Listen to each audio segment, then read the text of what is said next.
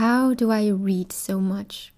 That is a question that I often get asked, and I thought I'd take this opportunity and talk a bit about my reading schedule, my reading rituals, how I get so much reading done, and so on. Because there are people out there who think that I have much more hours in a day than they do, which is of course untrue. But yeah, let's talk about it. First of all, I want to put some emphasis on the fact that I am not a single mom with 2 kids. I have no kids. I am married, and that is all. I'm also extremely lucky that I don't have to work until 8 p.m. every evening or in the weekends. So that's something that really differs from person to person. Also, yes, I sleep. I need 8 to 9 hours every night. So it's not that I win some extra hours in a day because I go to bed late. No, I'm always in bed by 9-10 p.m. So I think it is mostly mindset, because reading for me is a priority. It is one of the most important things in my life, and everybody knows it. I am so passionate about books that I prefer doing it over anything else, like watching TV. I cannot focus on television for too long. I get easily bored, and I enjoy reading a book much more than I do watching a show or a movie. I read about 2 to 3 hours a day, and if I didn't have any other hobbies, that would be even more. But I love to do other things too in my life, so reading is not my only hobby. So yeah, 2 to 3 hours makes me really, really happy as a book nerd. I'm always motivated to read because I get so much out of a book. I also have built this amazing community here on YouTube and on my Bookstagram account.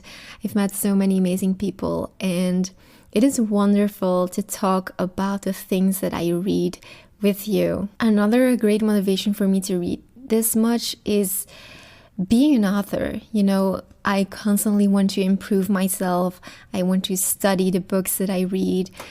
I want to learn something from each book that passes through my hands, and being an author is one of the top reasons why reading is so important to me. Of course, what is also a great motivation is the fact that I have so many books that I still want to read and such a limited time. So there's always some book that I want to read. This also reminds me that our time is so limited and I don't want to waste it.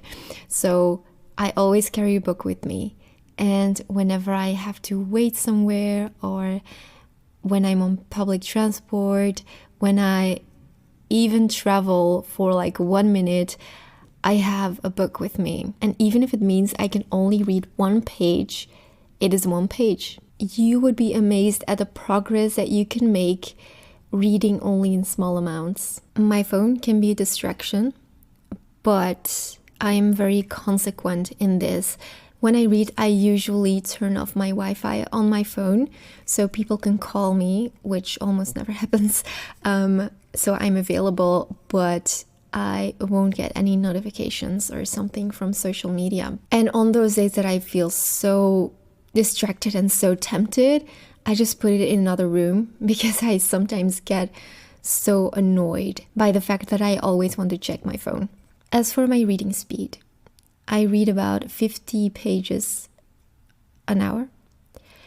But the thing is that it depends on how difficult a certain book is, because some books are just you fly through, and other books require so much focus, even rereading. But over the years, I've actually become a slower reader, because I find it more important to write about what I read and to reflect on what I read, instead of just finishing a book fast and then putting it on the shelf and never think about it again. Writing and journaling and thinking about what you have read is slowing down your process, but I think that's a good thing. I think that it really helps me. And I strongly believe that it made my reading experience so much better. I get so much more out of a book, and yes, it makes me slower, but I don't care. I really do not care any longer how many books I read a year.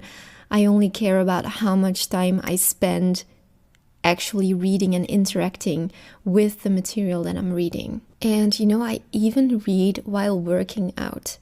I bought myself this kind of walking pad, and yes, it slows down my reading, but I don't feel like I'm wasting my time. I'm just walking.